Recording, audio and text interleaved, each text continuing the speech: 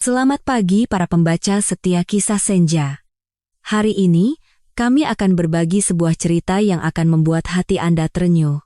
Seorang ibu berusia 70 tahun, dengan tubuhnya yang ringkih, mendatangi putranya untuk meminjam uang biaya rumah sakit. Namun, sang putra hanya memberinya sebungkus mie instan. Akan tetapi, ketika sang ibu membuka bungkusan itu setibanya di rumah, ia menemukan sesuatu yang sangat mengejutkan. Wanita tua itu bernama Ibu Suparni. Rambutnya yang mulai menipis telah memutih seluruhnya, seolah diselimuti embun waktu. Punggungnya yang telah lama bungkuk tampak sulit untuk ditegakkan kembali. Sambil bersandar pada sebatang tongkat kayu tua, ia berjalan perlahan menyusuri jalan desa yang sepi. Seumur hidupnya, ia tinggal di desa kecil yang miskin, menggantungkan hidup pada sepetak sawah dan beberapa ekor ayam. Di usia senja, tak ada tabungan yang tersisa, hanya penyakit yang datang tanpa suara. Batuk dan nyeri dada yang dideritanya sejak beberapa bulan terakhir, sering membuatnya terjaga sepanjang malam. Dokter di puskesmas desa menyarankannya untuk pergi ke rumah sakit besar di kota untuk pemeriksaan lebih lanjut dan mungkin harus dirawat inap. Tapi, dari mana uangnya? Hasil menjual telur dan sayuran di pasar hanya cukup untuk makan sehari-hari. Saat itulah, Ibu Suparni teringat pada Budi, putra satu-satunya. Dulu, Budi adalah kebanggaan dan harapan terbesarnya. Ia anak yang pandai, berhasil meninggalkan desa, berkuliah, dan kini bekerja di Jakarta, menikah dengan wanita baik, dan memiliki kehidupan yang mapan. Dalam hati sang ibu, Budi adalah sandaran terakhirnya, putra gagah yang ia besarkan dengan segenap jiwa raga. Pagi itu, Ibu Suparni memutuskan untuk naik bis pertama ke Jakarta untuk menemui Budi.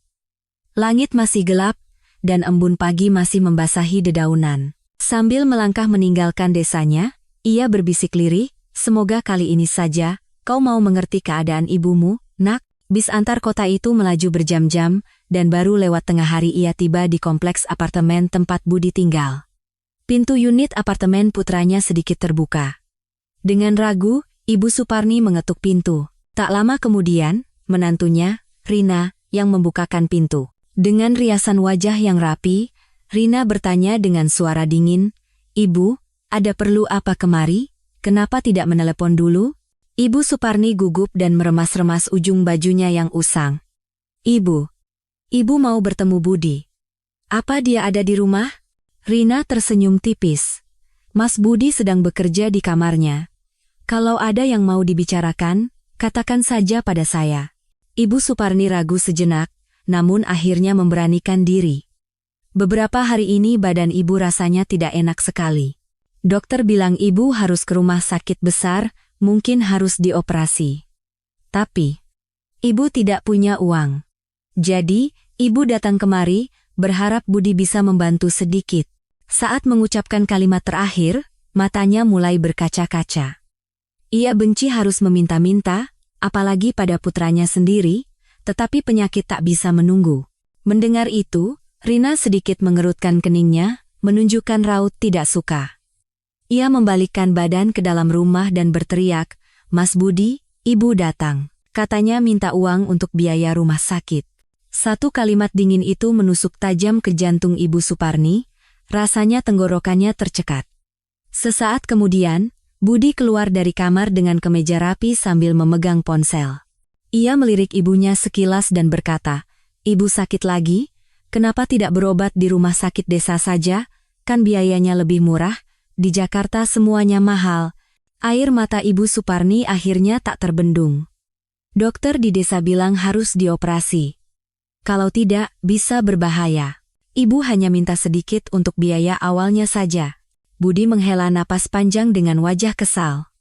"Kami juga sedang sulit, Bu. Cicilan apartemen belum lunas, biaya sekolah Adi juga tidak sedikit." Rina menyela dengan suara lebih keras. "Ibu, kenapa tidak coba jual saja sawah di desa? Kami juga harus membangun keluarga kami sendiri. Jangan terus-terusan membebani kami seperti ini." Mendengar itu, telinga Ibu Suparni seakan tuli. Menjual sawah, tanah warisan dari leluhurnya, satu-satunya tumpuan hidupnya selama ini? Tidak, ia tidak sanggup. Namun, sebelum ia sempat berkata apa-apa, Budi sudah masuk ke dapur dan kembali dengan sebuah kantong plastik kecil, lalu meletakkannya di atas meja. Isinya hanya beberapa bungkus mie instan. Sambil menyodorkan kantong itu, Budi berkata dengan nada dingin, "Ibu, untuk sementara, bawa ini dulu, nanti kami coba cari jalan lain." Ibu Suparni terpaku di tempatnya. Dengan tangan gemetar, ia menerima kantong mie instan itu. Hatinya hancur. Harapan yang ia bawa dari perjalanan jauh ini ternyata hanya dibalas dengan beberapa bungkus mie instan seharga beberapa ribu rupiah. Ia mencoba tersenyum untuk menyembunyikan lukanya. "Ya, terima kasih, Nak." Ibu Suparni perlahan bangkit dan berbalik. Tak ada sedikit pun rasa iba di mata menantunya, Rina. Sementara putranya, Budi, sudah kembali masuk ke dalam kamarnya. Sore itu, Ibu Suparni kembali duduk di bis, pulang ke desanya. Kantong mie instan di pangkuannya terasa lebih berat dari sebongkah batu. Ibu tua itu tidak menangis. Ia hanya menatap kosong keluar jendela. Di langit kelabu, hanya awan yang membentang panjang. Setibanya di rumah, ia meletakkan kantong mie instan itu di atas meja reyot. Saat hendak menyeduh mie untuk makan malam, ia menemukan sebuah amplop tebal terselip di dasar kantong. Jantungnya berdebar kencang. Dengan tergesa-gesa, ia membuka amplop itu. Di dalamnya, ada segepok uang dan secarik kertas dengan tulisan tangan yang terburu-buru. "Ibu, saya tidak bisa memberikannya di depan Rina. Maafkan saya. Gunakan uang ini untuk berobat. Tolong jangan membenci saya." Membaca pesan itu, air mata Ibu Suparni langsung tumpah ruah. Dengan tangan gemetar, ia memeluk amplop itu ke dadanya. Hatinya bercampur antara senang dan sedih.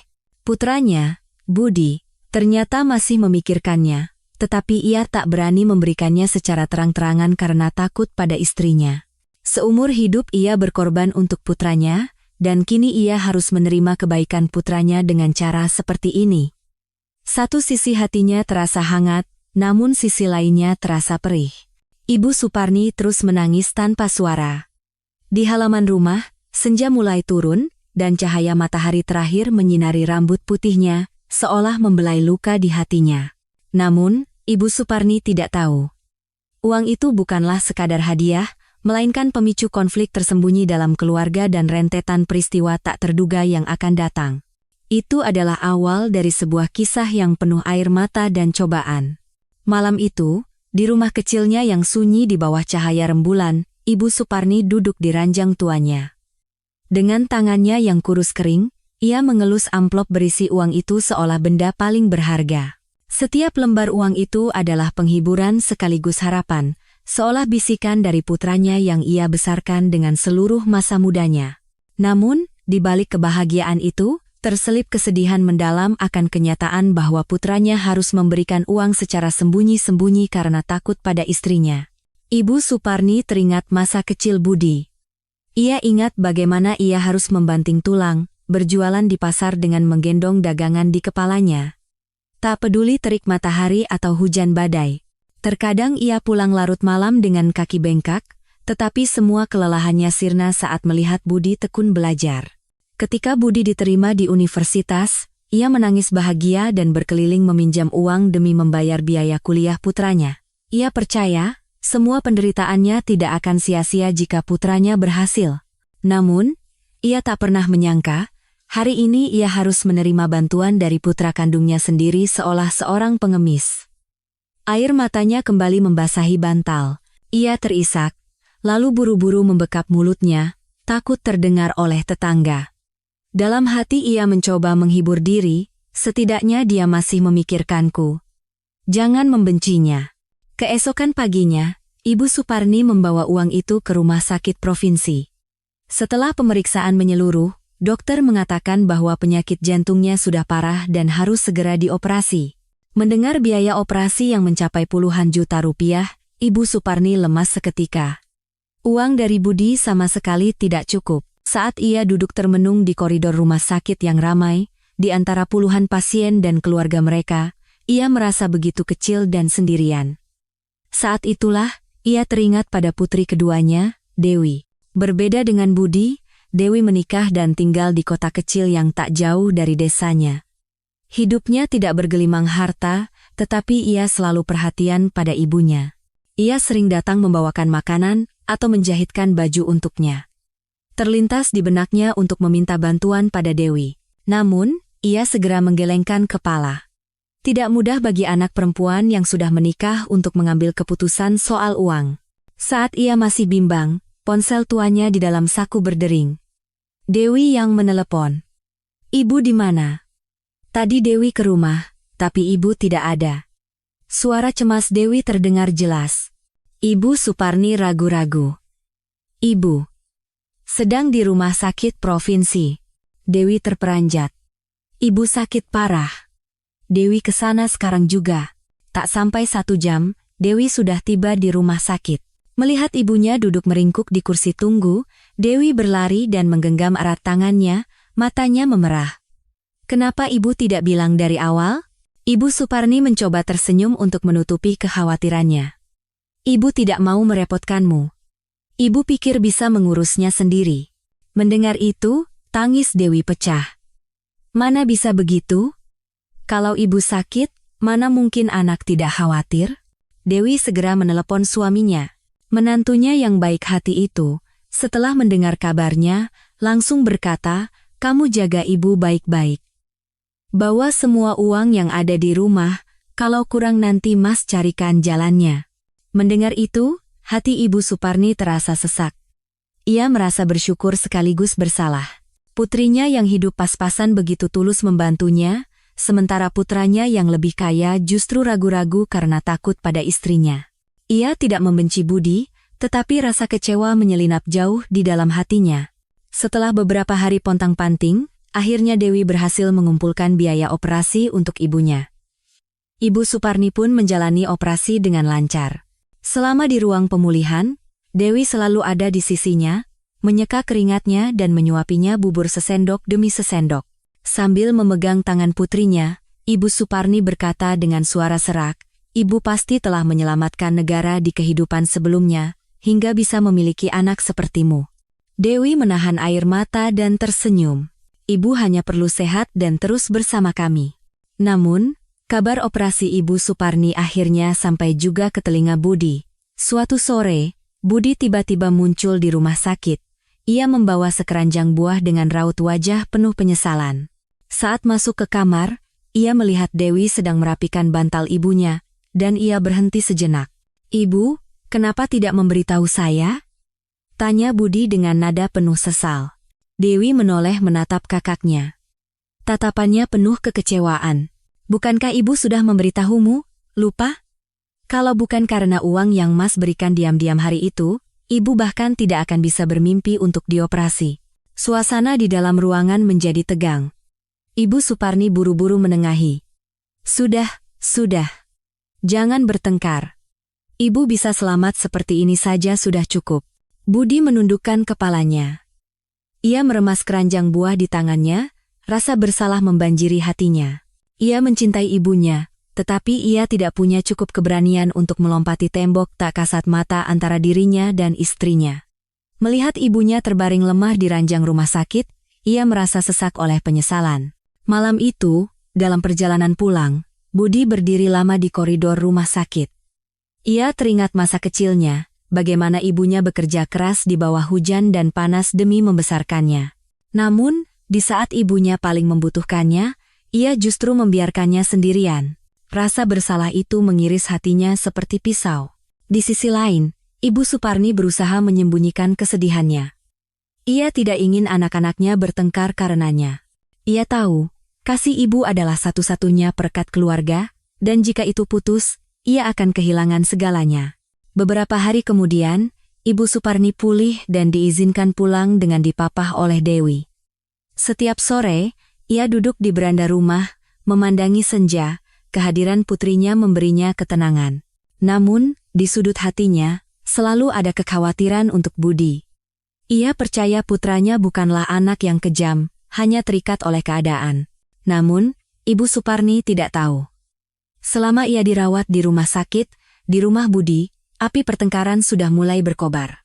Rina, yang curiga suaminya diam-diam memberikan uang pada ibunya, terus mendesaknya setiap hari.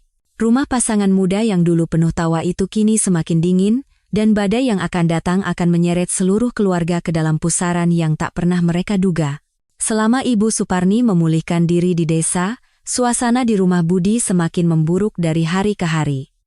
Sejak mendengar kabar ibunya dioperasi, kecurigaan Rina semakin menjadi-jadi. Suatu malam saat makan, Rina meletakkan sendoknya dan bertanya dengan dingin, "Jujur saja, Mas, waktu ibu datang tempo hari, Mas kasih uang, kan?" Budi terkejut, tetapi ia berusaha berpura-pura tenang. "Kamu bicara apa? Waktu itu aku kan hanya memberinya mie instan." Rina menyipitkan matanya, tidak percaya. "Ibu dapat uang dari mana untuk operasi di rumah sakit provinsi? Kalau bukan kamu yang kasih, siapa lagi? Kamu pikir aku tidak tahu?" Budi tidak bisa berkata apa-apa. Tatapan matanya yang goyah dan tangannya yang mencengkeram mangkuk nasi sudah menjelaskan segalanya. Ia tidak ingin berbohong, tetapi ia tidak punya kekuatan untuk menghadapi kemarahan istrinya jika ia mengaku. Setelah seharian lelah bekerja, ia tidak punya tenaga lagi untuk itu. Rina membanting sendoknya ke meja dan berteriak, "Jadi benar kamu memberinya uang di belakangku? Kalau suami istri sudah saling menyembunyikan sesuatu, apa itu masih bisa disebut keluarga?" Budi mengangkat kepalanya. Matanya merah. "Dia itu ibuku, Rin. Ibuku sendiri. Bagaimana mungkin aku diam saja saat beliau sakit?" Begitu kalimat itu selesai, Rina langsung berdiri. "Kamu memang hebat. Selalu membela ibumu. Lalu bagaimana dengan rumah ini? Dengan Adi? Kalau terjadi apa-apa dengan keluarga ibumu, masih ada kerabat lain yang bisa membantu. Tapi kalau kita, siapa yang akan membantu?" Budi menggigit bibirnya. Setiap kata yang diucapkan istrinya terasa menusuk. Ia bisa memahami posisi Rina, tetapi bagaimana bisa istrinya begitu tidak berperasaan? Apakah orang tua yang sudah renta tidak pantas lagi dirawat? Malam itu, Budi tidak bisa tidur. Bayangan ibunya yang duduk meringkuk di kursi rumah sakit dan tangisannya saat memeluk amplop uang terus menghantuinya, membuatnya tersiksa oleh rasa bersalah. Di satu sisi ada ibu yang melahirkannya, di sisi lain ada istri dan anaknya. Ia tidak bisa sepenuhnya melindungi keduanya. Sementara itu, di desa, hati Ibu Suparni juga tidak tenang. Meskipun tubuhnya membaik setelah operasi, luka di hatinya semakin dalam. Kenyataan bahwa putranya harus memberikan uang secara diam-diam membuatnya semakin menderita. Ia kasihan pada putranya yang tak berdaya karena takut pada istrinya, dan ia juga sedih pada menantunya yang tidak bisa memahami posisi seorang ibu mertua. Ia hanya berharap keluarganya rukun dan anak-anaknya tidak bertengkar karenanya. Suatu sore, saat sedang membersihkan sayuran di beranda, Ibu Suparni menghela napas panjang. Dewi yang sedang merapikan rumah melihatnya dan bertanya, "Ibu, ada yang dipikirkan?" Ibu Suparni menggeleng. "Tidak apa-apa. Ibu hanya khawatir pada kakakmu, Budi. Hatinya pasti sangat menderita hidup seperti itu." Dewi menghentikan gerakannya sejenak. "Tapi Mas Budi tidak menjalankan kewajibannya sebagai anak, Bu. Kalau saja suami saya tidak membantu mencarikan uang waktu itu, Ibu tidak akan bisa dioperasi." Ibu Suparni menggenggam tangan putrinya dan berkata dengan suara gemetar, "Ibu tahu, tapi Ibu tidak mau kalian kakak beradik saling menyalahkan. Ibu hanya ingin kalian saling menyayangi." Dewi menundukkan kepalanya. Air mata panas jatuh di punggung tangan ibunya. Hatinya terenyuh sekaligus perih oleh cinta ibunya yang tak terbatas. Beberapa saat kemudian, telepon dari Budi berdering. Suaranya terdengar berat. "Ibu, bagaimana kabarnya?" "Maaf, saya jarang bisa menjenguk." Ibu Suparni menjawab dengan suara lembut, "Ibu tidak apa-apa, jangan khawatir. Asalkan rumah tanggamu bahagia, Ibu tidak mengharapkan apa-apa lagi." Mendengar kata-kata ibunya, tenggorokan Budi tercekat. Ibunya tahu segalanya, namun tak ada satupun kata celaan, ia justru melindunginya. Saat itu, ia merasa dirinya begitu kecil di hadapan hati ibunya yang begitu lapang. Namun, badai belum berakhir. Suatu hari, Rina tiba-tiba datang ke desa. Alasannya adalah untuk mengajak putranya jalan-jalan, tetapi niatnya yang sebenarnya berbeda. Melihat ibu mertuanya yang duduk tenang di halaman, Rina memaksakan senyum, tetapi matanya mengamati setiap sudut rumah, seolah mencari jejak uang yang mungkin diberikan Budi. Saat makan malam, Rina dengan santai memulai percakapan. "Ibu, dengar-dengar ibu operasi jantung di rumah sakit provinsi ya? Pasti biayanya mahal sekali." Ibu Suparni mengangguk pelan. "Syukurlah ada yang membantu, jadi bisa terlewati."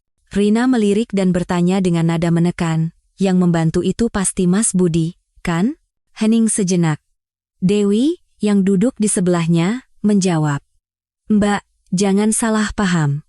Uangnya sebagian besar dari kami." Mendengar itu, alis Rina terangkat. Ekspresinya menunjukkan keraguan. Ia yakin suaminya memberikan uang secara diam-diam, dan jawaban Dewi membuatnya semakin yakin ada sesuatu yang disembunyikan. Ibu Suparni buru-buru mengalihkan pembicaraan, tetapi hatinya cemas. Ia bisa merasakan kecurigaan menantunya seperti bara api yang siap berkobar kapan saja. Malam harinya, ketika semua orang sudah tidur, Ibu Suparni duduk sendirian di bawah lampu minyak. Ia memandangi halaman yang kosong, mendengarkan suara jangkrik. Kekhawatiran akan anak-anaknya terasa lebih menyakitkan daripada jantungnya yang belum pulih sepenuhnya. Apakah pengorbanannya bisa menyatukan kembali keretakan keluarganya? Ataukah semua ini akan hancur berkeping-keping karena uang? Sementara Ibu Suparni duduk dalam keheningan, di Jakarta, Budi sedang menghadapi pertengkaran lain dengan istrinya. Rina, yang baru kembali dari desa, membawa pulang kecurigaan dan amarah yang meluap. Rumah yang sudah dingin itu terasa semakin berat.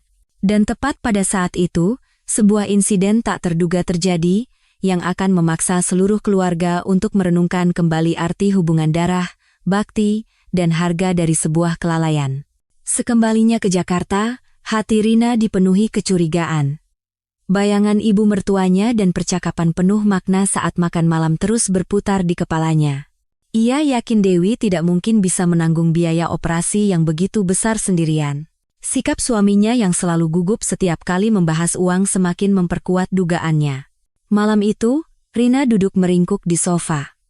Budi yang baru pulang kerja bahkan belum sempat berganti pakaian saat harus berhadapan dengan tatapan tajam istrinya. Dengan suara lelah ia bertanya, "Ada apa?" Rina menjawab dingin, "Jujur saja. Kamu kasih uang ke ibumu hari itu, atau tidak?" Budi terdiam. Pandangannya beralih ke arah lain. Keheningan itu bagi Rina adalah sebuah pengakuan. Ia berdiri dan berkata dengan suara tercekat karena amarah, "Sudah kuduga. Kamu anggap aku ini apa, Mas?" Budi menghela napas dan meletakkan tasnya. "Rin, cobalah mengerti. Ibu dalam keadaan kritis, aku tidak mungkin diam saja.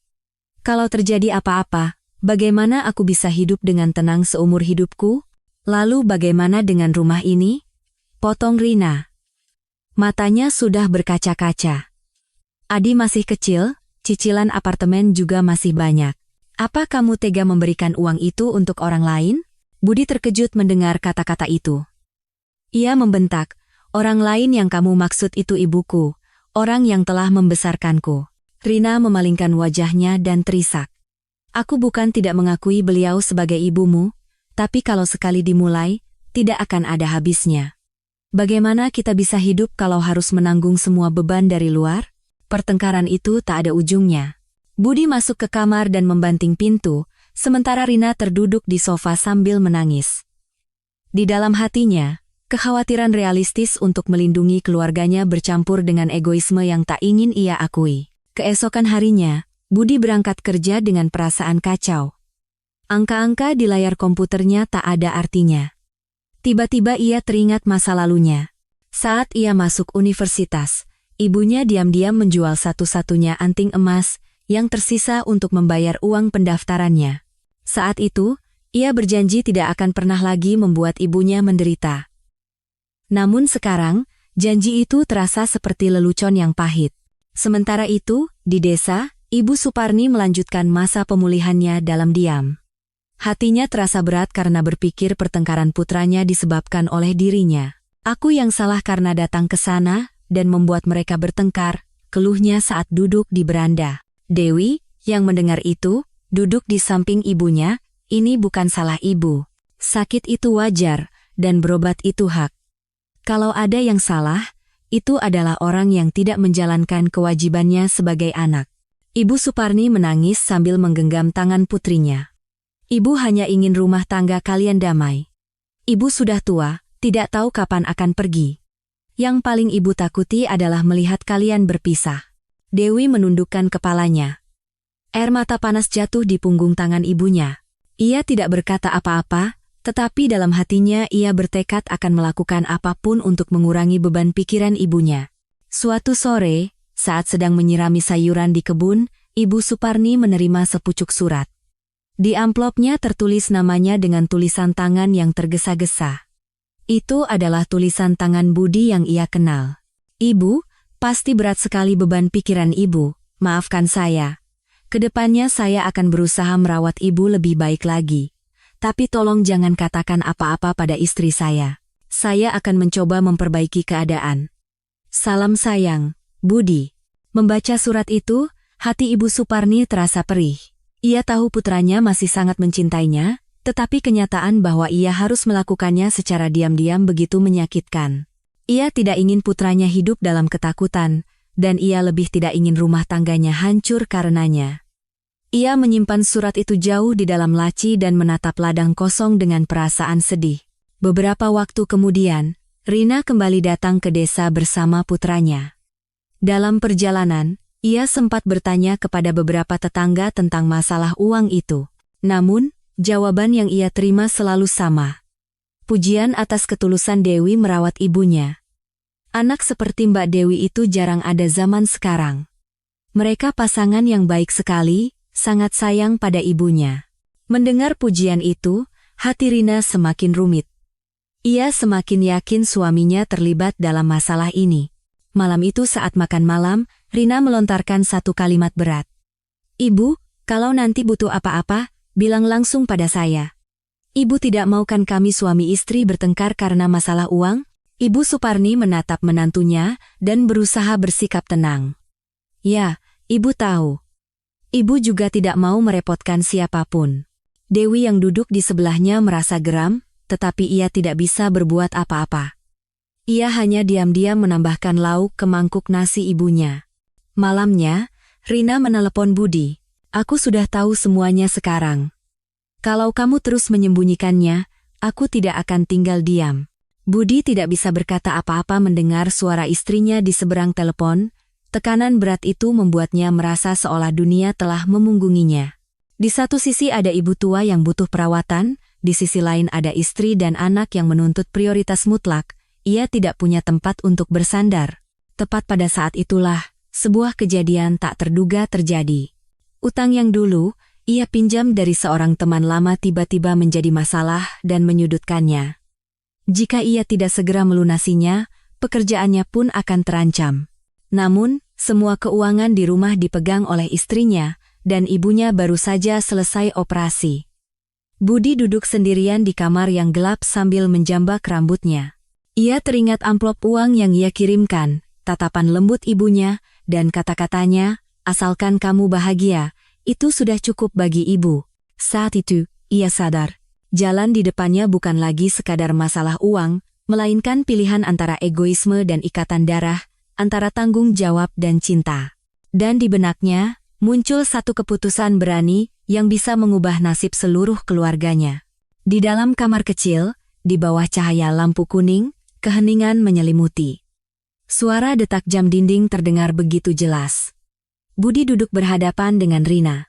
Matanya merah, seolah tidak tidur berhari-hari. Dengan suara pelan namun tegas, ia berkata, Rin, malam ini aku ingin jujur semuanya padamu.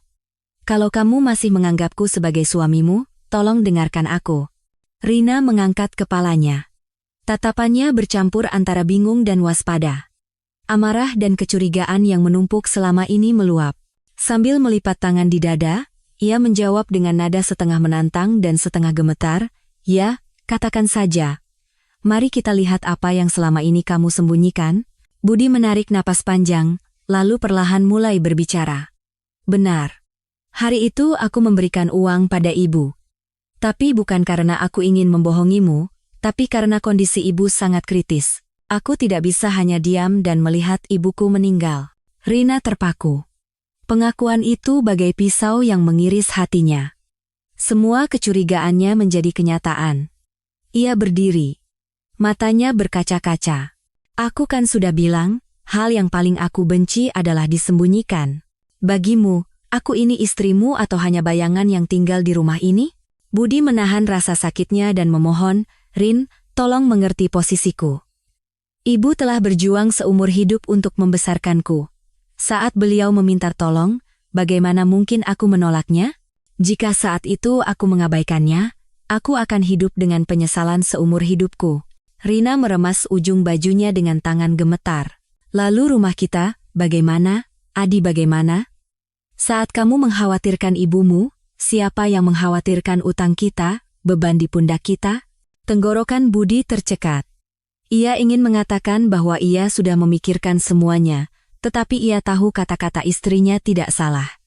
Membangun keluarga kecil ini juga merupakan kenyataan yang berat. Pilihan apapun yang ia ambil, pasti akan meninggalkan luka. Setelah hening sejenak, Budi berkata dengan suara gemetar, aku tidak akan memohon agar kamu setuju. Aku hanya minta kamu mengerti. Bagaimanapun juga, aku adalah putranya. Suatu saat nanti ketika ibu tiada, jika aku tidak menjalankan kewajibanku sebagai anak, aku akan menyesal seumur hidup. Selesai berbicara, ia bangkit dan berjalan ke balkon. Rina ditinggal sendirian di kamar, menangis, badai berkecamuk di dalam hatinya. Ia mencintai suaminya, mencintai anaknya, tetapi ia tidak bisa menghilangkan rasa takutnya akan kemiskinan. Beberapa hari setelah itu, keheningan yang berat menyelimuti rumah mereka. Rina hampir tidak pernah berbicara dengan Budi. Semua komunikasi dilakukan melalui putra mereka, Adi. Adi yang masih kecil tidak mengerti ketegangan tak kasat mata yang menyelimuti rumahnya. Setiap kali ayah dan ibunya bertengkar, ia hanya ketakutan dan lari ke sudut kamar memeluk boneka beruangnya. Melihat mata ketakutan putranya, hati Budi hancur. Ia merasa gagal sebagai anak sekaligus sebagai ayah. Suatu malam, setelah menidurkan putranya, Budi menelepon ibunya. Mendengar suara lemah ibunya di seberang telepon, tenggorokannya tercekat. Ibu, maafkan saya. Ibu pasti sangat menderita karena saya. Ibu Suparni menjawab dengan lembut, jangan berkata begitu. Ibu masih hidup juga karena kalian. Ibu hanya berharap kalian suami istri tidak bertengkar karena ibu. Budi menggigit bibirnya. Air mata panas jatuh di punggung tangannya. Sementara itu, Dewi juga berkali-kali menghibur ibunya. Ibu, jangan menyalahkan diri sendiri. Orang yang bersalahlah yang akan menanggung akibatnya. Ibu hanya perlu hidup bahagia dan sehat, itu sudah bakti terbaik. Ibu Suparni tersenyum sedih. Nak, bagaimana hati seorang ibu bisa tega melihat anak-anaknya berpisah? Dewi menggenggam erat tangan ibunya, tetapi dalam hatinya ia telah membulatkan tekad. Jika kakaknya tidak cukup kuat untuk melindungi ibu mereka, maka ia sebagai anak perempuan yang sudah menikah akan melakukannya. Suatu hari, Dewi datang ke rumah Budi di Jakarta tanpa pemberitahuan. Budi terkejut melihat adiknya di depan pintu. Dewi, ada apa kamu kemari? Dewi masuk ke dalam rumah dan berkata dengan tegas, aku tidak bisa membiarkan ibu hidup dalam rasa bersalah terus-menerus. Jika Mas tidak menyelesaikan masalah ini dengan Mbak Rina, keluarga kita semua akan hancur. Rina yang keluar dari kamar menatap adik iparnya dengan penuh curiga. Kamu datang kemari mau apa? Mengajariku cara menjadi istri? Dewi menarik napas dalam-dalam dan berkata dengan tenang, aku tidak datang untuk mengajari siapapun, aku hanya ingin Mbak dan Mas tahu, ibu sudah tua, mungkin sisa hidupnya tidak banyak lagi. Entah kita miskin atau kaya, kewajiban sebagai anak tetap harus kita jalankan. Kata-kata itu membuat suasana hening. Budi menundukkan kepalanya, dan Rina, meskipun tidak berkata apa-apa, wajahnya sedikit bergetar sambil mengepalkan tangannya. Malam itu setelah Dewi pulang, Rina termenung lama. Kata-kata adik iparnya menusuk hatinya seperti pisau. Jika ibunya sendiri yang berada di posisi itu, apakah ia ingin anak-anaknya memunggunginya seperti yang ia lakukan? Pikiran itu membuat hatinya berat. Tetapi harga diri dan kekhawatiran akan realita masih menjadi dinding kokoh yang menghalanginya. Budi melihat keheningan istrinya dan mencoba mendekat, tetapi ia takut akan memicu kemarahan lagi. sehingga ia hanya bisa menghela napas. Ia tahu tidak mudah mengubah pikiran Rina, tetapi ia berharap percakapan hari ini adalah sebuah awal. Setidaknya, kata-kata Dewi telah menanamkan sebutir benih di hati Rina. Sementara itu, di desa, Ibu Suparni masih duduk sendirian di beranda. Ia tidak tahu bahwa putrinya telah pergi ke Jakarta untuk membelanya. Ia hanya menatap mobil-mobil yang lalu lalang di kejauhan, berharap suatu saat anak-anaknya bisa saling memahami dengan tulus sehingga ia bisa menutup mata dengan tenang. Namun, saat ia berpikir semuanya akan mereda, kabar buruk lain datang. Malam itu, Budi menerima telepon dari rumah sakit provinsi. Saat memeriksa hasil pasca operasi, dokter mencurigai adanya komplikasi dan memintanya untuk segera membawa ibunya ke rumah sakit. Mendengar kabar itu, Budi terpaku. Ia berlari keluar rumah di tengah malam, hatinya diliputi rasa takut yang luar biasa yang belum pernah ia rasakan sebelumnya. Rina, yang berdiri di ruang tamu melihat suaminya pergi dengan tergesa-gesa, merasakan perasaan aneh di dadanya. Itu adalah kekhawatiran yang tulus untuk ibu mertuanya. Ia mengepalkan tangannya, bingung harus berbuat apa. Malam itu, takdir keluarga mereka berada di persimpangan baru yang tak terduga. Jalan itu adalah awal dari badai yang lebih besar yang akan datang. Mobil melaju kencang menembus kegelapan malam. Tangan Budi mencengkeram setir dengan erat, namun hatinya bergetar karena cemas. Suara dokter di telepon terus terngiang di telinganya, diduga ada komplikasi, harus segera dirawat inap. Ia teringat ibunya, wanita yang punggungnya telah bungkuk karena bekerja keras seumur hidup.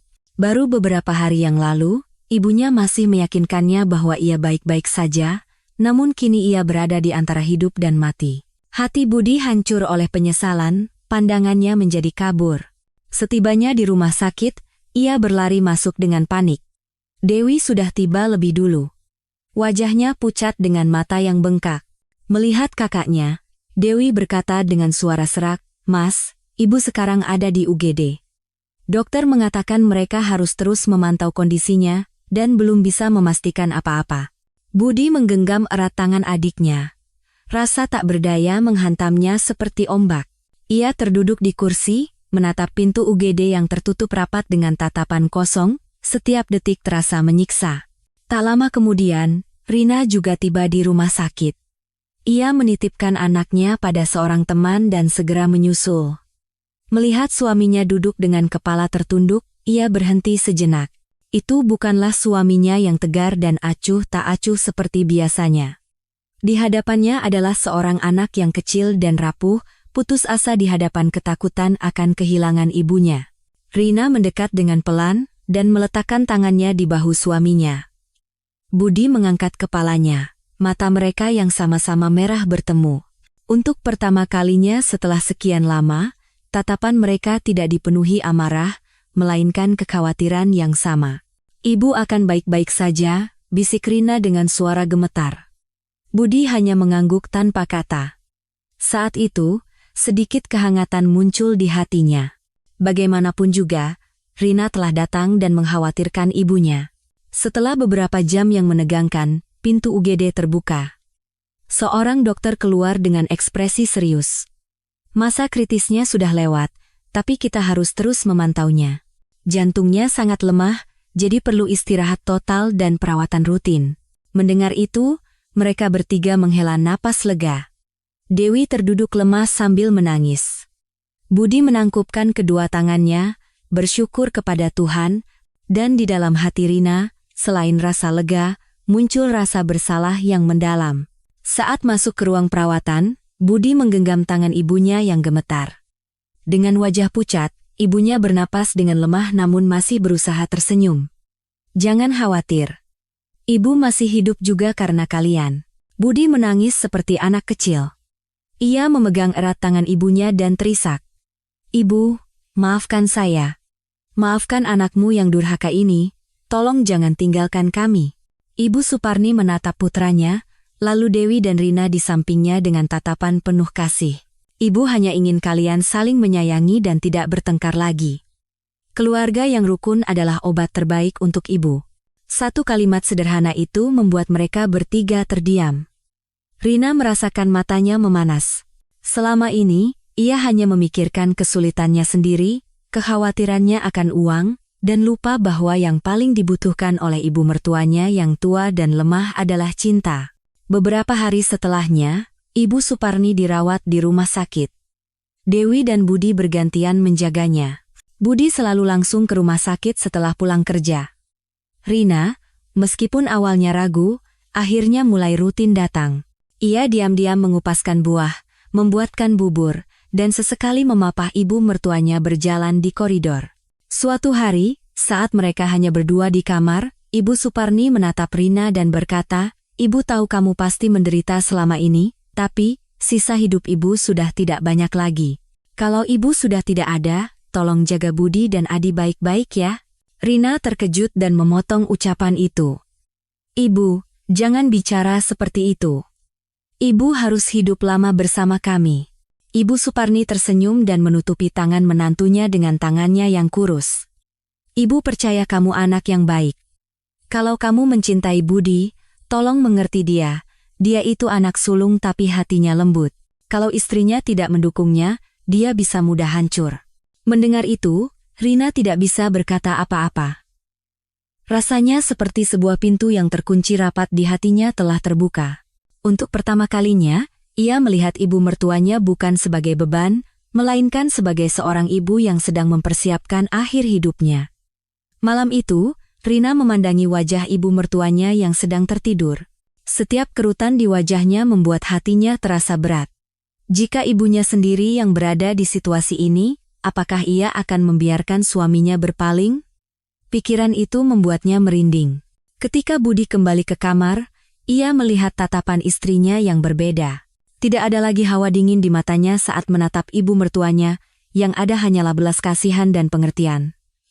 Budi duduk diam di samping istrinya. Tidak ada percakapan, tetapi ia merasa hatinya tenang. Keesokan harinya, dokter mengatakan kondisi Ibu Suparni sudah stabil dan bisa segera pulang. Namun, kebahagiaan itu hanya sesaat. Kekhawatiran lain datang. Tagihan rumah sakit yang tidak sedikit membuat Budi berkeringat dingin.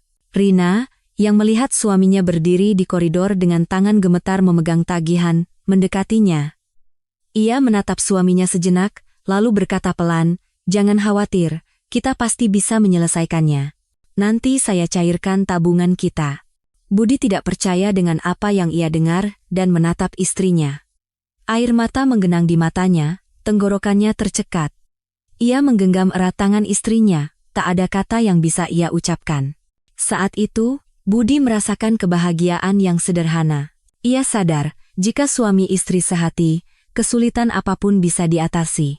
Rina pun, meskipun masih khawatir akan masa depan, merasa telah melakukan hal yang benar saat melihat tatapan terima kasih suaminya dan wajah ibu mertuanya yang lebih tenang. Terkadang, kebahagiaan bukan terletak pada harta, melainkan pada kesadaran akan pentingnya berbagi dan ikatan darah. Namun, takdir belum melepaskan mereka. Saat mereka berpikir semuanya mulai membaik, seorang pria asing datang ke rumah sakit dan memanggil nama Budi dengan wajah tegang. Dia adalah rentenir yang dulu meminjamkan uang padanya. "Mas Budi, sampai kapan mau lari? Bayar utangmu, atau saya tidak akan diam saja." Budi terpaku di tempatnya. Wajah Rina yang berdiri di sampingnya pucat pasi. Ia terkejut mendengar rahasia utang suaminya yang baru ia ketahui. Koridor rumah sakit ramai oleh orang, dan cahaya lampu neon yang dingin menyoroti wajah Budi yang tegang. Pria asing berjaket usang itu menatap Budi dengan tajam, mengucapkan setiap kata dengan penekanan. "Mas Budi, sampai kapan mau lari? Utangmu itu bukan sedikit. Hari ini saya tegaskan, bayar atau siap-siap terima akibatnya." Budi membeku. Keringat dingin membasahi dahinya. Ia tak pernah menyangka penagih utang akan mencarinya sampai ke sini. Wajah Rina yang berdiri di sampingnya pucat pasi. Ia menoleh pada suaminya, matanya penuh keraguan dan kekecewaan. "Mas Budi, utang apa sebenarnya yang kamu sembunyikan dariku?" Budi menelan ludah. "Rin, itu." Pria asing itu tertawa sinis. "Penjelasan apa? Istrimu bahkan tidak tahu kamu punya utang? Kamu punya utang 200 juta padaku dan belum bayar sepeser pun?" Kata-kata itu bagai petir di telinga Rina. Ia terhuyung dan bersandar di dinding untuk menopang tubuhnya. Amarah, kesedihan, ketakutan, semua perasaan itu bercampur aduk. Ia menatap suaminya dan berkata dengan suara bergetar, "Bagaimana bisa kamu menyembunyikan masalah sebesar ini dariku?" Budi menundukkan kepalanya. Tenggorokannya tercekat, tak ada kata yang bisa keluar. Saat itu, suara Dewi terdengar dari kamar. "Mas, Mbak, ada apa?" "Berisik sekali, ibu butuh istirahat." Rina buru-buru menyeka air matanya dan menarik Budi ke sudut koridor. Penagih utang itu terus mengikuti mereka. "Aku tidak peduli dengan pertengkaran kalian," katanya dengan senyum mengejek. "Dalam seminggu kalau uangnya tidak ada, kamu tahu sendiri akibatnya." Setelah berkata begitu, ia pergi meninggalkan tatapan tajam. Suara langkah sepatunya yang menggema di koridor terasa seperti batu yang menekan hati Budi. Setelah pria itu pergi, Rina berkata dengan suara bercampur amarah dan kesedihan, "Mas Budi, belum cukup membuat ibu sakit, sekarang kamu mau menyeret seluruh keluarga ke jurang?" Budi mengepalkan tangannya hingga memutih. Ia ingin menjelaskan bahwa ia gagal dalam investasi dan kehilangan kesempatan untuk menyelesaikannya, tetapi melihat tatapan istrinya, ia tahu alasan apapun tidak akan berguna. Dewi yang keluar melihat ekspresi tegang kakak dan iparnya, lalu bertanya dengan cemas, "Ada apa?" Rina memalingkan wajah, dan Budi berusaha menggelengkan kepala untuk menenangkan adiknya. "Bukan apa-apa. Jaga ibu ya." Dewi menatap kakaknya dengan curiga, tetapi tidak bertanya lebih lanjut. Malam itu, Budi hampir tidak bisa tidur. Ia duduk di kursi koridor rumah sakit sambil menjambak rambutnya. Suara rintihan pelan ibunya dari dalam kamar membuatnya panik. Suara penagih utang itu menusuk jantungnya seperti pisau. Bagaimana cara mendapatkan uang sebanyak itu dalam seminggu? Saat fajar, Rina datang membawakan kopi dan duduk di sebelahnya. Setelah hening lama, ia berkata dengan suara lelah, "Kenapa tidak bilang dari awal?" Budi menundukkan kepalanya. "Aku takut membuatmu khawatir dan marah. Aku pikir aku bisa menyelesaikannya sendiri, tapi aku gagal." Air mata mengalir di pipi Rina. "Aku marah bukan karena kamu tidak punya uang, tapi karena kamu menyembunyikannya dariku. Kalau tidak ada kepercayaan di antara suami istri, apalagi yang bisa dipertahankan?" Budi menggenggam tangan istrinya dengan suara serak. "Aku salah. Aku janji tidak akan menyembunyikan apapun lagi darimu." Rina menatap suaminya yang lelah dan putus asa, hatinya luluh. Namun, uang 200 juta adalah dinding yang terlalu besar bagi mereka. Saat pasangan itu menemui jalan buntu, Ibu Suparni yang terbaring di kamar sayup-sayup mendengar suara pertengkaran di luar. Ia merasa ada sesuatu yang tidak beres. Dengan susah payah, ia memanggil Dewi. "Dewi, kakakmu kenapa?" Dewi menggenggam tangan ibunya dan mencoba menenangkannya. "Ibu jangan khawatir. Apapun masalahnya, saya dan Mas Budi akan menyelesaikannya bersama. Ibu jangan banyak pikiran." Namun, hati Dewi juga gelisah. Ia melihat punggung kakaknya yang bergetar saat duduk menunduk di koridor. Ia tahu kakaknya menanggung beban yang terlalu berat. Keesokan harinya, Rina secara tak terduga menemui Dewi. Ia tampak ragu, tetapi berkata dengan suara yang lebih lembut, "Dewi, aku sudah dengar semua masalah utang Mas Budi. Saat ini, kami tidak punya cara untuk mendapatkan uang sebanyak itu." Dewi mendengarkan dalam diam. Rina melanjutkan, "Menurutku, kita harus mencari jalan bersama. Bagaimanapun juga, Mas Budi adalah anak sulung di keluarga ini. Kalau dia hancur sekarang, kita semua juga akan hancur." Dewi terkejut menatap iparnya. Ia tidak menyangka Rina yang begitu marah bisa mengatakan hal seperti itu.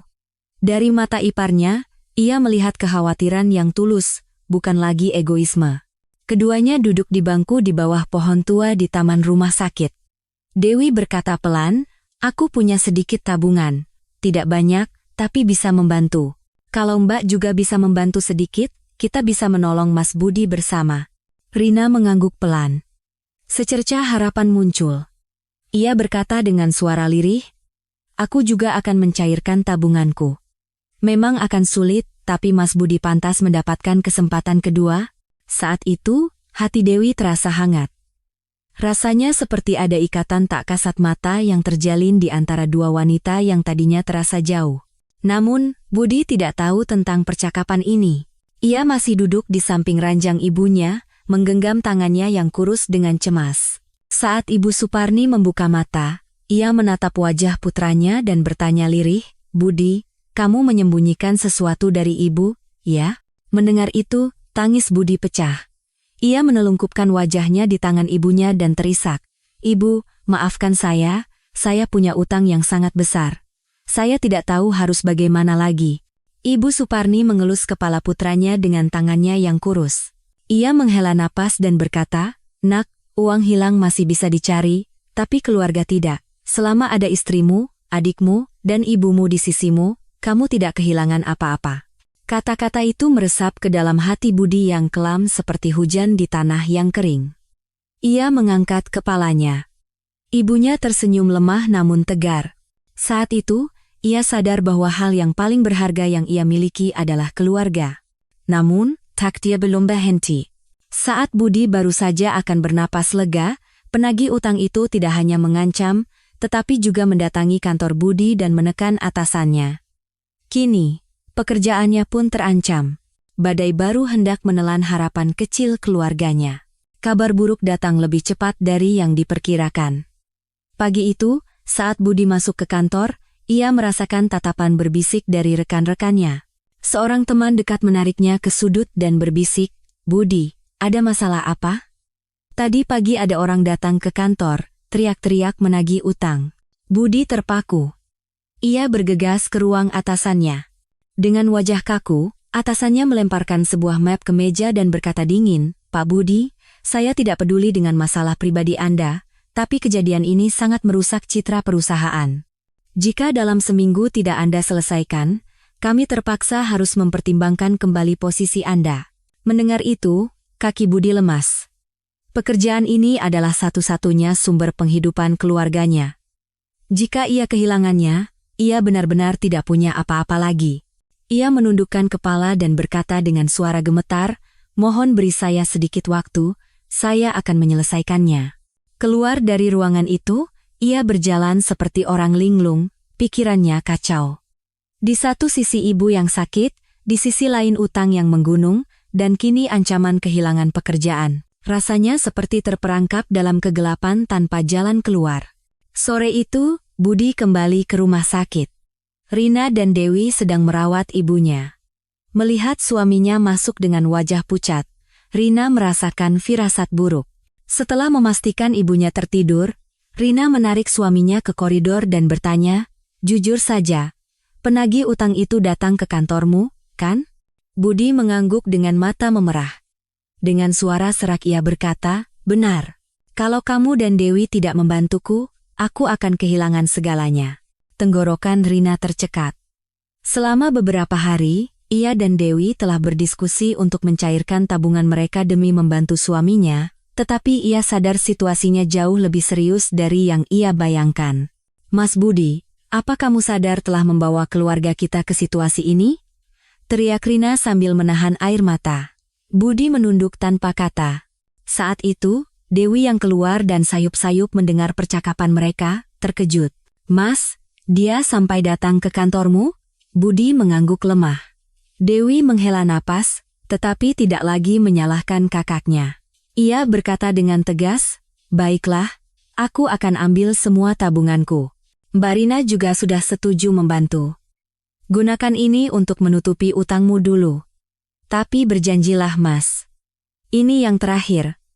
Jangan pernah lagi membuat ibu khawatir." Mendengar itu, tangis Budi yang tertahan akhirnya pecah. Ia menggenggam tangan istri dan adiknya sambil terisak. "Maafkan aku. Aku janji, aku tidak akan pernah lagi membuat kalian dan ibu menderita." Keesokan harinya, Rina diam-diam pergi ke bank dan mencairkan tabungan yang selama bertahun-tahun mereka kumpulkan dengan susah payah. Tangannya gemetar saat memegang slip penarikan. Ia tahu ini keputusan yang berisiko, tetapi tidak ada pilihan lain. Saat menyerahkan uang itu ke tangan Budi, Rina menatap suaminya lama dan berkata, "Ini kesempatan terakhir dariku. Jangan kecewakan aku dan Dewi." Budi menggenggam erat tangan istrinya. Meskipun ia telah melakukan banyak kesalahan, ikatan terakhir bernama keluarga masih menahannya. Dengan uang dari Rina dan Dewi, Budi akhirnya berhasil mengumpulkan uang untuk melunasi utangnya. Saat meletakkan uang itu di hadapan penagih utang, pria itu tersenyum sinis, "Kukira kau bisa lari? Kali ini selesai, tapi jangan berani-berani berutang lagi." Budi menundukkan kepalanya. Kata-kata itu melukai harga dirinya, tetapi ia harus menelannya demi melindungi keluarganya. Setelah utang lunas, bebannya terasa sedikit lebih ringan, tetapi hati Budi masih berat. Ia telah kehilangan sesuatu yang lebih besar dari uang, kepercayaan istrinya. Ia bertekad untuk bekerja berkali-kali lipat lebih keras untuk mendapatkannya kembali. Sementara itu, Ibu Suparni tidak tahu apa-apa tentang badai yang terjadi dan hanya terbaring di ranjang rumah sakit. Ia hanya merasakan anak-anaknya menjaganya dengan tatapan cemas. Suatu sore, saat terbangun, ia menggenggam tangan Budi dan bertanya, "Budi, wajahmu tampak sangat lelah. Ada apa, nak?" Budi berusaha tersenyum. "Tidak apa-apa, Bu. Hanya khawatir dengan kondisi ibu." Ibu Suparni menatap putranya dengan tatapan sedih. Ia tahu putranya menyembunyikan sesuatu, tetapi ia tidak bertanya lebih lanjut. Ia hanya berbisik pelan, "Ibu sudah tua, sisa hidup ibu tidak banyak lagi. Harapan ibu hanya satu, kalian saling menyayangi dan tidak berpisah." Pesan itu menusuk hati Budi seperti jarum. Ia mengangguk. Air mata panas jatuh di punggung tangan ibunya. Selama beberapa hari berikutnya, Rina terus menjaga ibu mertuanya. Awalnya karena kewajiban, tetapi lama-kelamaan ia mulai merasakan ketulusan dalam tatapan dan ucapan hangat ibu mertuanya. Suatu malam, saat mereka hanya berdua, Ibu Suparni menggenggam tangan Rina dan berkata dengan suara gemetar, "Kamu pasti menderita sekali karenaku." "Terima kasih, nak." Tenggorokan Rina tercekat, air matanya mengalir. "Ibu, maafkan saya. Saya tidak mengerti perasaan ibu dan hanya mengucapkan kata-kata jahat. Mulai sekarang, saya dan Mas Budi akan merawat ibu sampai akhir." Ibu Suparni tersenyum sambil menangis. Saat itu, dinding di antara ibu mertua dan menantu itu benar-benar runtuh. Namun, saat mereka berpikir semua badai telah berlalu, kabar buruk lain datang. Perusahaan Budi akhirnya menjatuhkan sanksi skorsing padanya. Alasannya adalah karena telah merusak citra perusahaan. Mendengar kabar itu, Budi terpaku di koridor rumah sakit. Surat pemberitahuan sanksi di tangannya jatuh ke lantai. Ia menatap langit kelabu, rasanya dunia runtuh sekali lagi. Kali ini, yang dipertaruhkan bukan hanya hidupnya, tetapi seluruh masa depan keluarganya. Surat pemberitahuan skorsing itu tergeletak di lantai. Budi berdiri pucat pasi. Matanya merah dan kedua tangannya gemetar. Baru saja ia merasa bebas dari bayang-bayang utang, kini segalanya hancur lagi. Dadanya sesak, bahkan untuk bernapas pun terasa sulit. Rina yang datang dari kejauhan melihat gelagat aneh suaminya dan berlari mendekat. Saat memungut kertas di lantai, wajahnya seketika pucat. "Ini penaka?" Budi hanya mengangguk sebagai jawaban. Air mata mengalir di pipinya. Dengan senyum getir, ia berkata, "Semuanya sudah berakhir. Uang hilang, pekerjaan hilang. Aku tidak punya apa-apa lagi." Rina menatap suaminya, hatinya ikut sakit. Dari masalah utang hingga konflik keluarga, suaminya telah menanggung semuanya sendirian. Kini di hadapannya adalah seorang pria yang hancur dan sangat menyedihkan. "Tidak. Kamu masih punya keluarga," kata Rina sambil menggenggam erat tangan suaminya. "Aku dan Adi ada di sisimu, dan ibu juga membutuhkanmu. Kamu tidak boleh menyerah." Budi membalas genggaman tangan istrinya dengan gemetar. Meskipun ia telah kehilangan segalanya, kenyataan bahwa istrinya masih di sisinya membuatnya menangis. Di dalam kamar, Ibu Suparni merasakan suasana yang tidak biasa di luar. Ia bertanya pelan pada Dewi, "Nak, sepertinya ada masalah besar dengan kakakmu." Dewi terdiam sejenak, lalu menggenggam tangan ibunya. "Iya, Bu. Mas Budi sedang dalam masalah besar. Tapi ibu jangan khawatir. Kami semua akan melewatinya bersama." Ibu Suparni menatap mata putrinya dalam-dalam. Di balik bola matanya yang sayu, terpancar kekhawatiran yang mendalam. Ia menghela napas dan berkata, "Aku malah semakin merepotkan kalian. Seandainya aku pergi lebih cepat, mungkin beban kalian akan lebih ringan." Tangis Dewi pecah mendengar ucapan ibunya. "Ibu, jangan bicara begitu. Ibu adalah satu-satunya tiang bagi kami. Tanpa ibu, bagaimana kami bisa hidup?" Air mata juga mengalir dari mata Ibu Suparni. Sisa waktunya mungkin tidak banyak lagi, tetapi yang ia harapkan bukanlah uang atau harta, melainkan cinta dan keharmonisan keluarga. Sore itu, Budi duduk diam di dekat jendela rumah sakit, menatap senja yang meredup. Rina yang duduk di sebelahnya berkata dengan hati-hati, "Mas Budi, bagaimana kalau kita istirahat sejenak dari pekerjaan dan pulang ke desa bersama ibu?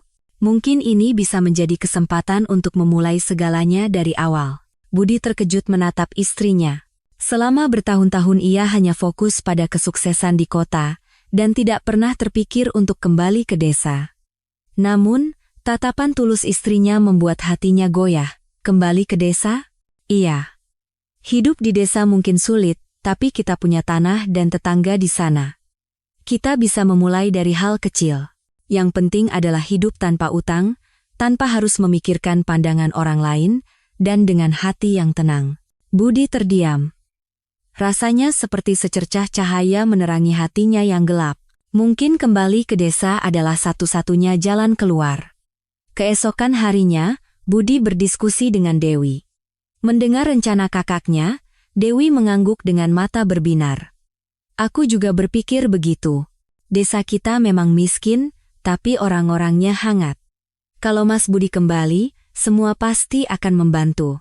Hati Budi terasa hangat. Setelah sekian lama, ia merasa telah menemukan arah. Malam itu, saat mereka bertiga berkumpul di samping ranjang, Ibu Suparni perlahan membuka matanya. Budi membungkuk dan berbisik pada ibunya, "Ibu, saya sudah memutuskan. Saya akan kembali ke desa bersama ibu. Saya ingin memulai segalanya dari awal di sisi ibu dan Dewi." Air mata mengalir dari mata Ibu Suparni. Dengan tangannya yang kurus, ia menggenggam erat tangan putranya. "Benarkah? Kalau begitu, ibu bisa menutup mata dengan tenang." Malam itu, cahaya bulan yang masuk melalui jendela rumah sakit menerangi wajah Ibu Suparni yang bersinar karena bahagia. Beberapa minggu kemudian, setelah kondisinya sedikit stabil, Ibu Suparni diizinkan pulang, seluruh keluarga pulang bersama ke desa. Budi juga telah mengundurkan diri dari pekerjaannya dan membereskan barang-barangnya untuk kembali bersama ibunya. Dalam perjalanan pulang, jalanan desa yang familiar terbentang di depan mata. Sawah yang hijau dan aroma tanah yang khas membuat Budi merasakan perasaan asing sekaligus akrab. Ia menarik napas dalam-dalam. Rasanya seperti jantungnya yang berhenti berdetak, kini berdetak kembali. Para tetangga datang menjenguk, mengkhawatirkan kesehatan Ibu Suparni. Ada yang membawa sayuran, ada yang membawa ikan. Ketulusan orang-orang desa membuat mata Budi memanas. Ia sadar, inilah kehangatan yang telah lama ia lupakan. Selama beberapa hari berikutnya, Budi mulai bertani. Bersama Dewi, ia mengolah kebun, memperbaiki kandang ayam, dan berencana menanam sayuran untuk dijual di pasar. Rina, meskipun awalnya canggung, mulai membantu suaminya setelah melihat kesungguhannya. Suatu malam, saat mereka berkumpul di meja makan sederhana, Ibu Suparni berkata sambil menangis, "Ibu tidak punya harapan lain lagi. Melihat kalian saling menyayangi dan mengatasi kesulitan bersama, hati ibu sekarang tenang." Budi dan Dewi saling berpandangan dan mengangguk. Rina diam-diam menyeka air matanya. Rasa kesal di hatinya telah hilang. Yang tersisa hanyalah cinta yang hangat. Namun, saat kehidupan damai hendak dimulai, seorang tetangga datang tergopoh-gopoh membawa selembar kertas asing. Isinya adalah pemberitahuan bahwa tanah atas nama Ibu Suparni sedang dalam sengketa dengan orang lain dan terancam digugat. Budi menerima kertas itu, hatinya mencelos, badai yang lebih besar kembali mengancam keluarga yang baru saja mencoba menemukan ketenangan. Keluarga itu membeku saat menerima surat gugatan yang dibawa oleh tetangga. Surat itu menyatakan bahwa seorang kerabat jauh, Pak Tono, mengklaim kepemilikan atas tanah Ibu Suparni berdasarkan utang lama. Budi menatap ibunya dengan tangan gemetar. "Ibu, Apa maksudnya ini? Apa ibu dulu pernah meminjam uang padanya? Ibu Suparni terdiam lama. Akhirnya, dengan helaan napas panjang, ia berkata, iya. Waktu kamu kuliah dulu, ibu memang meminjam sedikit uang padanya. Ibu bahkan menandatangani surat perjanjian untuk membayarnya dengan uang atau tanah. Tapi, ibu sudah melunasi semuanya beserta bunganya, dan dia juga sudah mengakuinya. Ibu tidak tahu, kenapa sekarang dia mengungkitnya lagi. Mendengar itu, hati Budi hancur. Di balik perjuangan ibunya yang membanting tulang demi dirinya, ternyata ada beban utang yang tak pernah ia ceritakan. Tenggorokannya tercekat, matanya memanas. Dewi berkata dengan geram, ini pasti akal-akalannya untuk merebut tanah kita. Kita tidak bisa diam saja. Rina, meskipun bingung, kali ini tidak menyalahkan suaminya. Ia menatap Budi dan berkata dengan tegas, apapun yang terjadi, kamu harus mempertahankan tanah itu. Di sanalah darah dan keringat ibumu tertumpah. Budi mengangguk mantap. Matanya menunjukkan tekad yang berbeda dari sebelumnya. Benar. Aku tidak akan membiarkan siapapun merebutnya. Keesokan harinya, Budi menemui Pak Tono. Rumahnya yang berada di pinggir jalan raya memiliki gerbang megah dan pagar yang tinggi. Melihat Budi, Pak Tono tersenyum sinis. Aku tahu kau akan datang. Jangan buat masalah, serahkan saja tanah itu dengan baik-baik, maka semuanya akan selesai dengan tenang. Budi menggertakkan giginya. Tapi ibu saya bilang, sudah melunasi semua utangnya, Anda tidak punya hak untuk melakukan ini. Pak Tono mengeluarkan selembar kertas usang dari laci. Ini surat perjanjian dengan tanda tangan ibumu. Di pengadilan, ini akan menjadi bukti. Budi melihat kertas yang sudah menguning itu. Tanda tangannya memang milik ibunya. Tapi ibunya yakin sudah melunasi semuanya, hanya saja ia tidak meminta kembali surat perjanjian itu. Bagaimana Anda bisa melakukan ini? Tanah itu warisan dari kakek saya. Apa Anda tidak punya hati nurani? Pak Tono mendengus. Dunia memang begitu. Siapa yang punya surat, dia yang menang. Jangan bicara soal perasaan. Mendengar itu, amarah Budi memuncak. Ia menggebrak meja dan pulang, hatinya terasa terbakar. Sesampainya di rumah dan menceritakan apa yang terjadi, tubuh Ibu Suparni sempat bergetar, namun kemudian ia menjadi sangat tenang. Kalau memang harus kehilangan tanah itu, anggap saja ibu melunasi sisa utang. Kalian jangan menyimpan dendam karena ini. Tidak bisa, Bu. Budi menangis dan berlutut di hadapan ibunya. Saya tidak akan membiarkan tanah ibu direbut. Ini menyangkut kehormatan orang tua kita. Saya pasti akan mempertahankannya. Dewi ikut menangis, dan Rina mengepalkan tangannya. Untuk pertama kalinya, ia merasa menjadi bagian dari keluarga ini, bukan lagi seorang penonton. Selama beberapa hari berikutnya, Budi pontang-panting mencari bantuan hukum.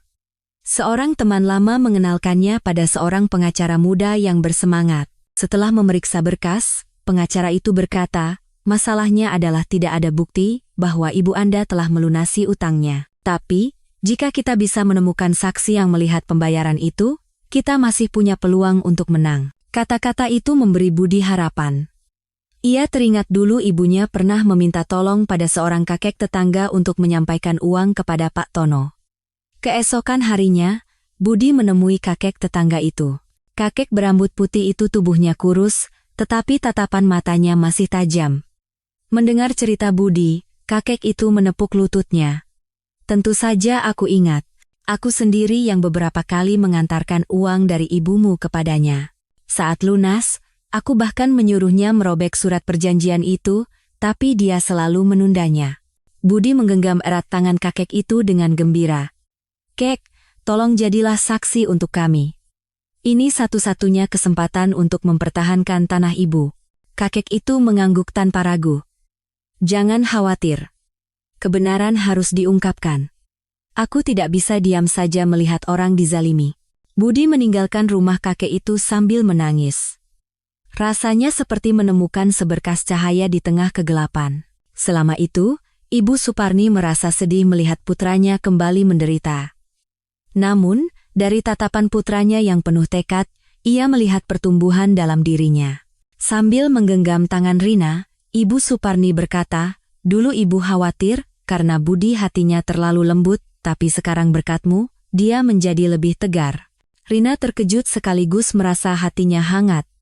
Ia sadar, cinta yang tulus bisa mengubah segalanya. Malam itu, keluarga berkumpul di bawah lampu minyak. Saat Budi menceritakan pertemuannya dengan kakek tetangga, semua orang terharu. Ibu Suparni menangis. "Tuhan masih belum meninggalkan kita. Jika kita berhasil mempertahankan tanah ini, Ibu hanya berharap kalian ke depannya hidup rukun dan saling menyayangi." Semua terdiam. Dalam keheningan itu, tanpa sadar Rina menggenggam erat tangan suaminya. Budi menoleh pada istrinya. Di mata istrinya, tidak ada lagi hawa dingin, yang ada hanyalah cinta yang hangat. Namun, badai belum berakhir. 2 hari kemudian, Pak Tono secara resmi mengajukan gugatan ke pengadilan. Seluruh desa gempar. Ada yang bersimpati, ada juga yang mencemooh. Hati Budi sakit, tetapi ia bukan lagi pria lemah seperti dulu. Ia mengepalkan tangannya dan bertekad akan mempertahankan kehormatan dan tanah ibunya sampai akhir, bahkan jika harus berhadapan di pengadilan. Kabar gugatan Pak Tono menyebar ke seluruh desa. Ada yang merasa kasihan dan menghibur, tetapi ada juga yang mencibir. Punya utang tidak dibayar, ya begitu akibatnya. Diusir dari Jakarta, sekarang tanahnya mau disita. Kata-kata itu menusuk hati Budi seperti pisau, tetapi ia diam dan menahannya. Di dalam rumah kecil itu, suasana terasa berat.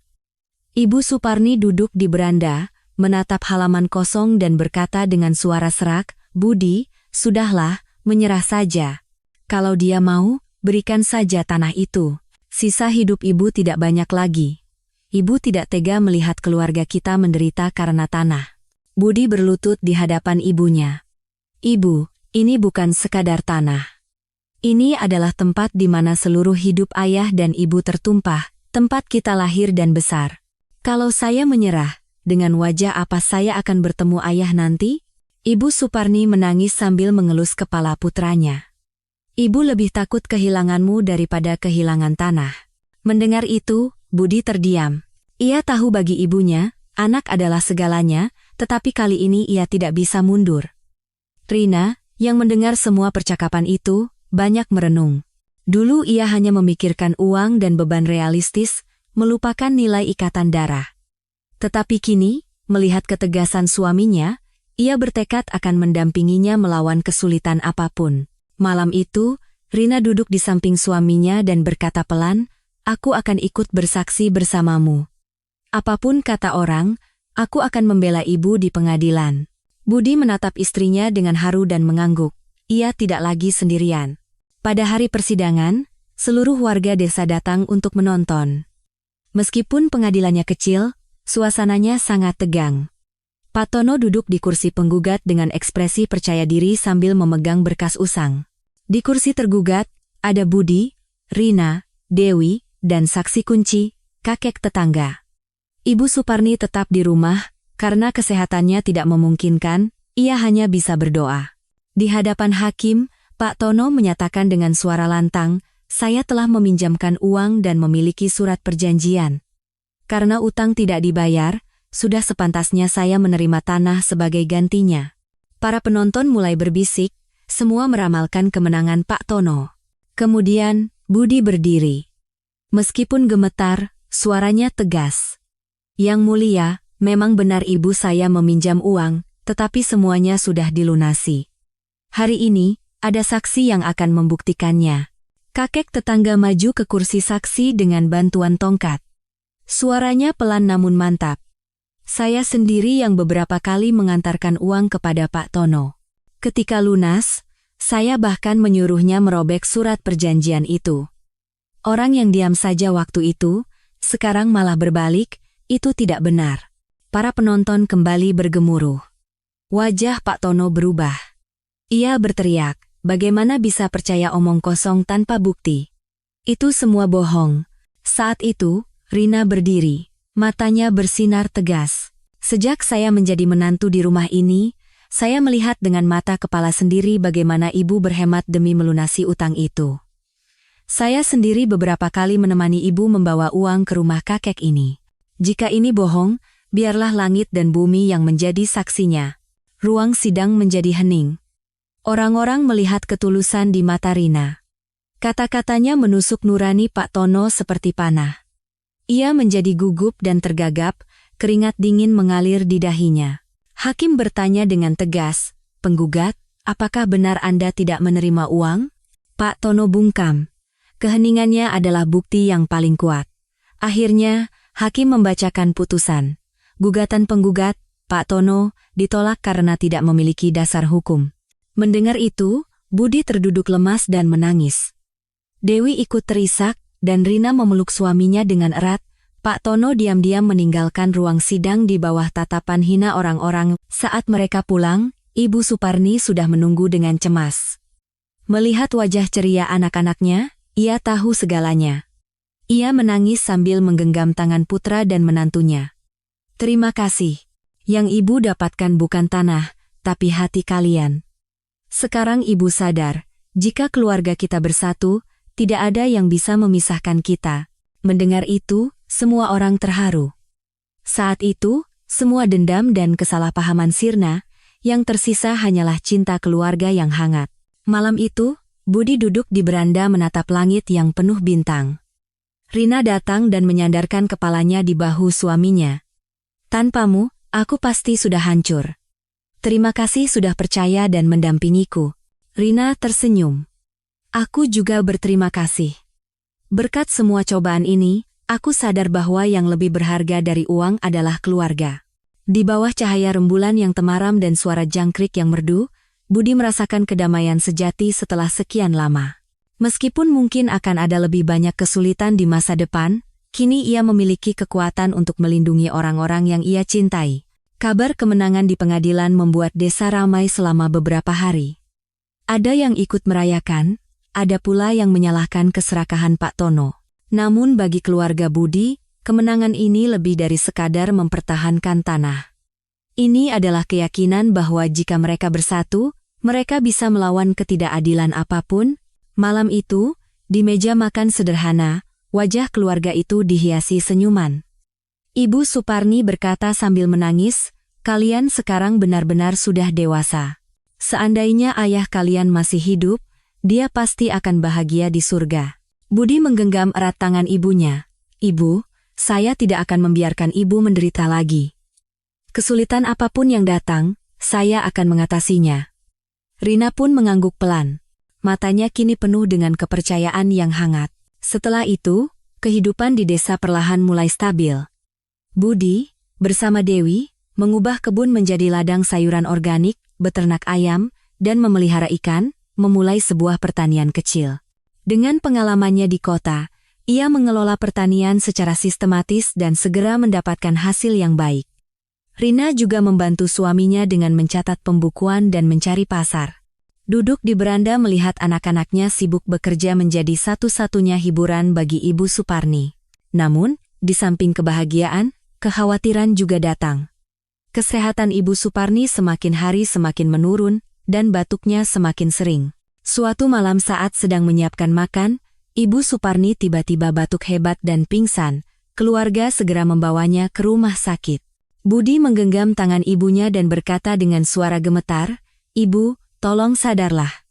Saya bahkan belum sempat berbakti dengan benar." Ibu Suparni tersenyum lemah. "Tidak, Nak. Kalian yang saling menyayangi dan hidup rukun, itu adalah bakti terbaik." Mendengar itu, Budi, Dewi, dan Rina tak kuasa menahan tangis. Mereka sadar, semua cobaan ini adalah proses untuk membuat mereka menyadari betapa berharganya keluarga. Budi tidak putus asa. Ia menghubungi kenalannya di kota untuk membuka pasar sayuran organik, dan akhirnya berhasil menandatangani kontrak dengan sebuah toko makanan sehat. Saat truk pertama yang mengangkut hasil panen meninggalkan desa, Budi menangis haru. Rasanya seperti lembaran baru dalam hidupnya telah terbuka. Rina memeluk suaminya erat. "Lihat kan? Kita pasti bisa." Dewi juga ikut bahagia. "Aku juga akan selalu ada di samping Mas dan Mbak. Selama keluarga kita bersama, tidak ada yang perlu ditakutkan." Di tengah kerja keras, Rina semakin memahami suaminya. Dari keringat di wajah suaminya, ia melihat harapan. Ia bukan lagi pria lemah yang melarikan diri, melainkan seorang kepala keluarga, anak, dan kakak yang sejati. Suatu sore, Ibu Suparni memanggil Rina ke kamarnya. "Nak, awalnya kamu pasti sangat membenciku.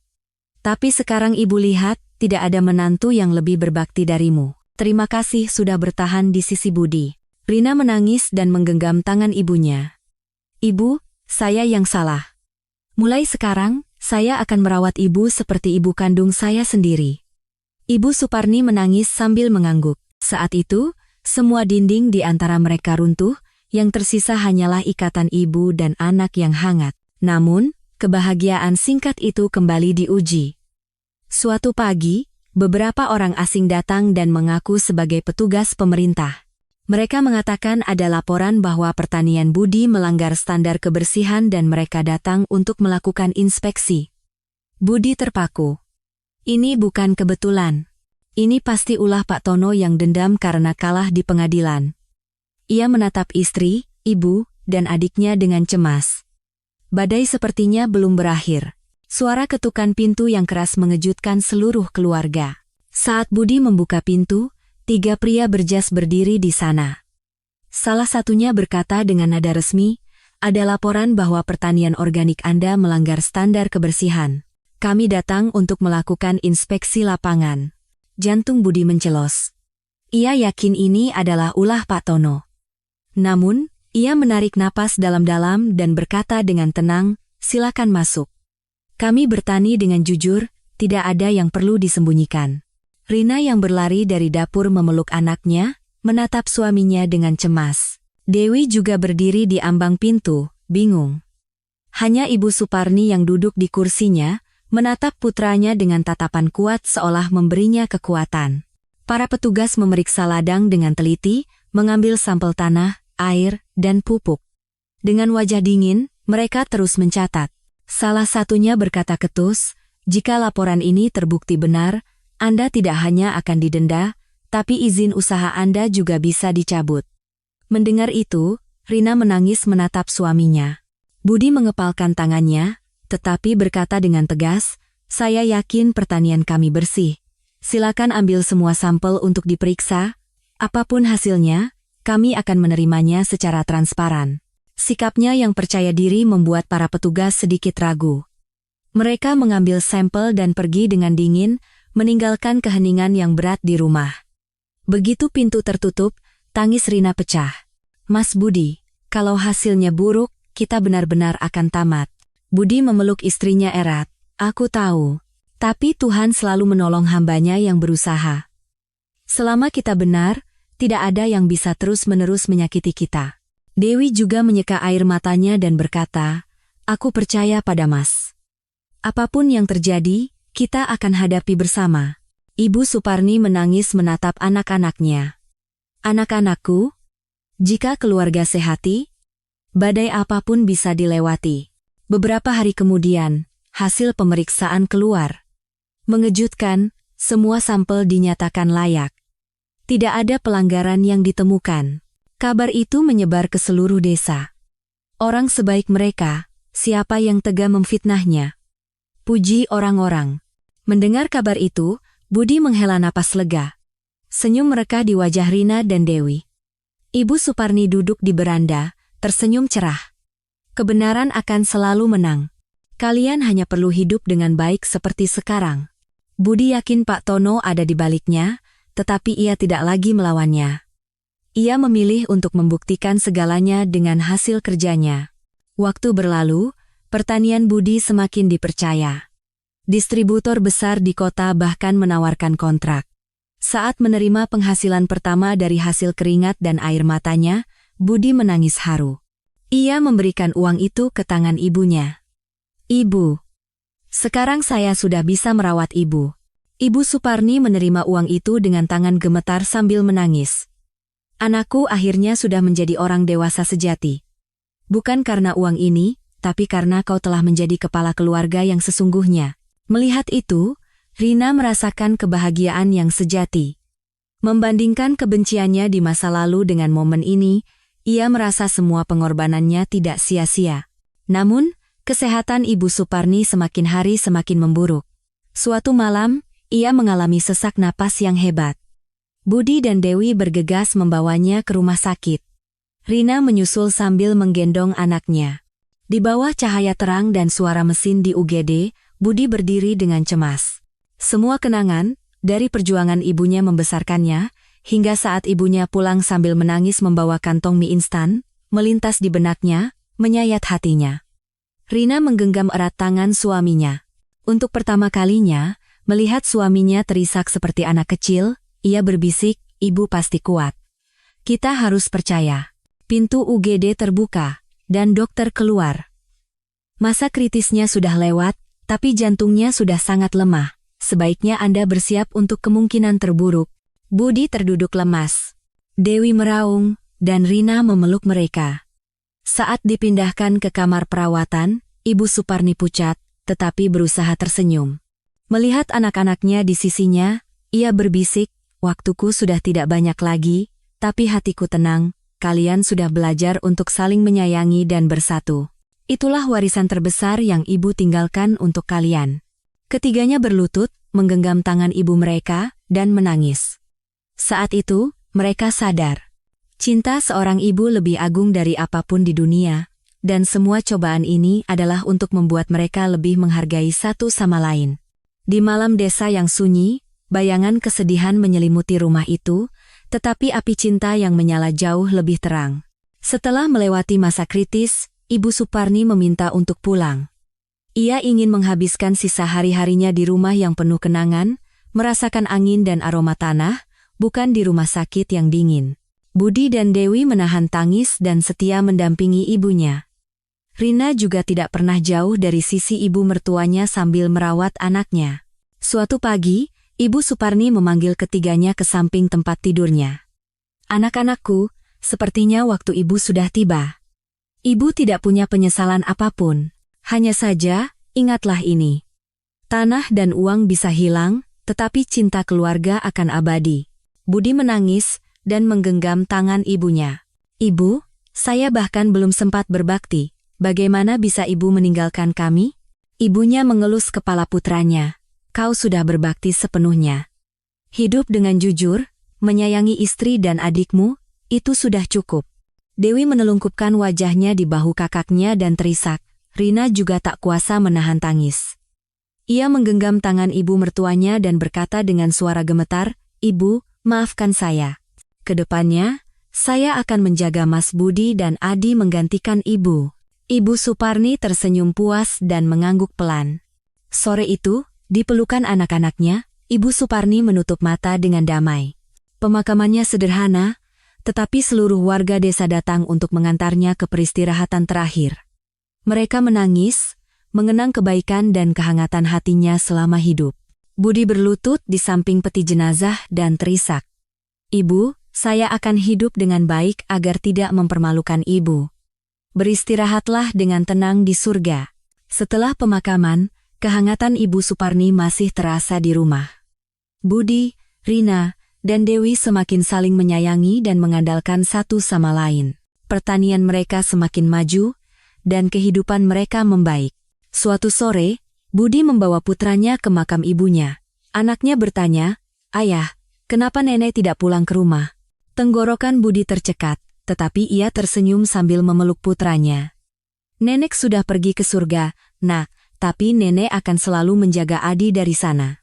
Kalau Adi jadi anak baik dan kuat, nenek pasti akan tersenyum." Anaknya mengangguk dan menangkupkan kedua tangan kecilnya untuk berdoa. Rina yang melihat itu menangis. Cinta ibunya tidak hilang, tetapi menjadi kekuatan bagi mereka yang ditinggalkan untuk menjalani hidup yang lebih baik. Malam itu, Budi duduk bersama istri dan adiknya. "Seandainya tidak ada semua cobaan ini, aku mungkin masih menjadi anak manja yang tidak tahu arti keluarga. Terima kasih karena tidak meninggalkanku di saat tersulit." Rina tersenyum sambil menggenggam tangan suaminya. "Kita telah melewatinya bersama. Itulah gunanya keluarga." Dewi juga mengangguk. Ibu pasti sedang tersenyum di surga. Di malam desa yang damai, dipenuhi aroma tanah dan suara jangkrik, sebuah drama kehidupan telah berakhir, tetapi kisah baru keluarga itu baru saja dimulai. Ibu Suparni telah tiada, tetapi pesannya bahwa tanah dan uang bisa hilang, tetapi ikatan keluarga abadi akan selamanya hidup di hati anak-anaknya. Kisah ibu tua yang pergi meminjam uang, dan hanya mendapat sebungkus mie instan ini akhirnya berakhir dengan cinta keluarga yang hangat. Ibu itu telah meninggalkan pelajaran terbesar bagi anak-anaknya sebelum berpulang dengan damai, bahwa harta dan kehormatan suatu saat akan sirna, tetapi cinta dan ikatan keluarga adalah nilai yang abadi. Hari ini, apakah kita juga, karena sibuk mengejar uang dan kesuksesan, sering lupa bahwa orang tua kita yang menua sedang menunggu kita sendirian? Kisah keluarga ini mengingatkan kita kembali tentang apa arti bakti yang sesungguhnya dan makna dari sebuah keluarga. Bahwa kita harus menghargai dan melakukan yang terbaik selagi orang tua kita masih ada. Karena ketika mereka telah tiada, penyesalan sebesar apapun akan terlambat. Jika cerita hari ini menyentuh hati Anda, silakan bagikan pemikiran Anda di kolom komentar. Jangan lupa untuk berlangganan dan mengaktifkan notifikasi agar tidak ketinggalan kisah-kisah kehidupan yang mengharukan, namun hangat yang kami bagikan setiap hari. Terima kasih.